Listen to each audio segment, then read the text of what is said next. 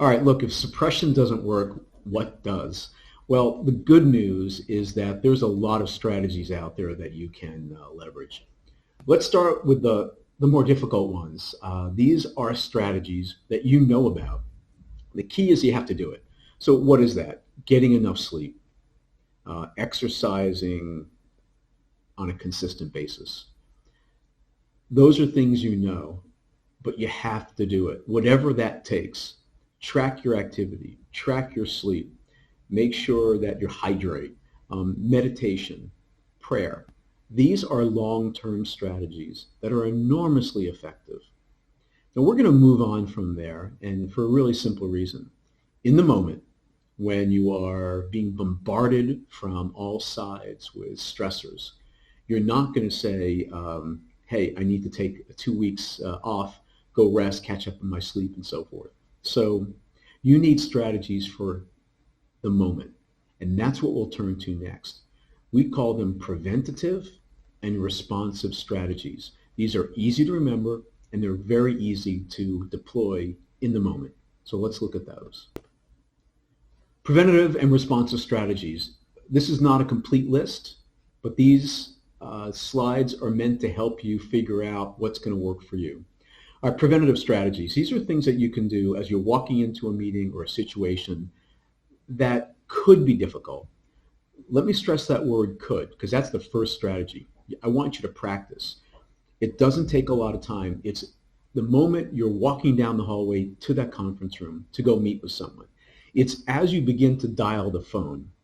I want you to think about the situation, prepare for it, think about what could go wrong so you're not surprised. Be ready. Practice. Select a different situation.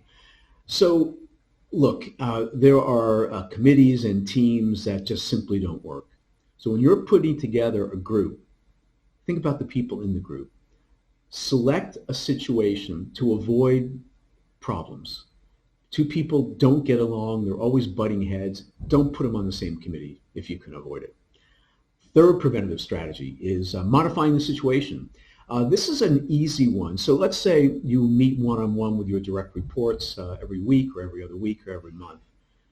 What day of the week do you do it? What time of day?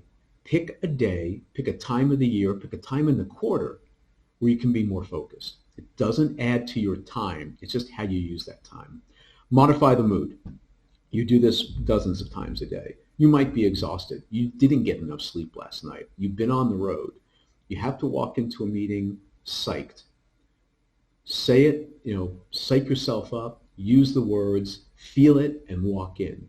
Now, occasionally, and remember you have to match the mood to task, you want to also dampen the mood if it's a more serious and somber conversation.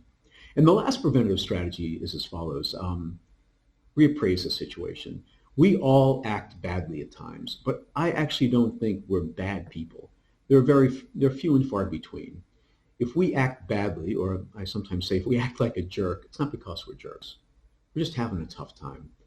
Cut people a break, reappraise the situation. And I think it will really change your perspective and kind of lower the temperature of a situation. So try these preventative strategies. Preventative strategies don't work all the time, so we need these responsive strategies. Strategies you can use in the moment. It's a whole bunch of them. Distraction. It's okay to use, again, on a limited basis. Distraction, what does that look like? A little self-deprecating humor. Just take people away from something that's really contentious and not getting better. Self-talk. Think calming thoughts. Do this to yourself. Everything's going to be fine. Physiological techniques. Stand up. Take a break. Stretch at your desk. You don't need to go for a jog. There's also the facial feedback hypothesis. Comes from the work of a guy named Paul Ekman, brilliant researcher. You want to change your mood? Smile. It works. Change the situation. Ask people to move seats. Let's take a break in our meeting. You can say, look, let's take 5 minutes. I'm going to get a drink of water. When we come back, let's go to agenda item 4. And I want you to be thinking about the following thing. Seek the support of other people. Social support is the single most effective long-term strategy that you can leverage. You need somebody at work that you can talk to, shoot the breeze with, problem solve, or just somebody to listen.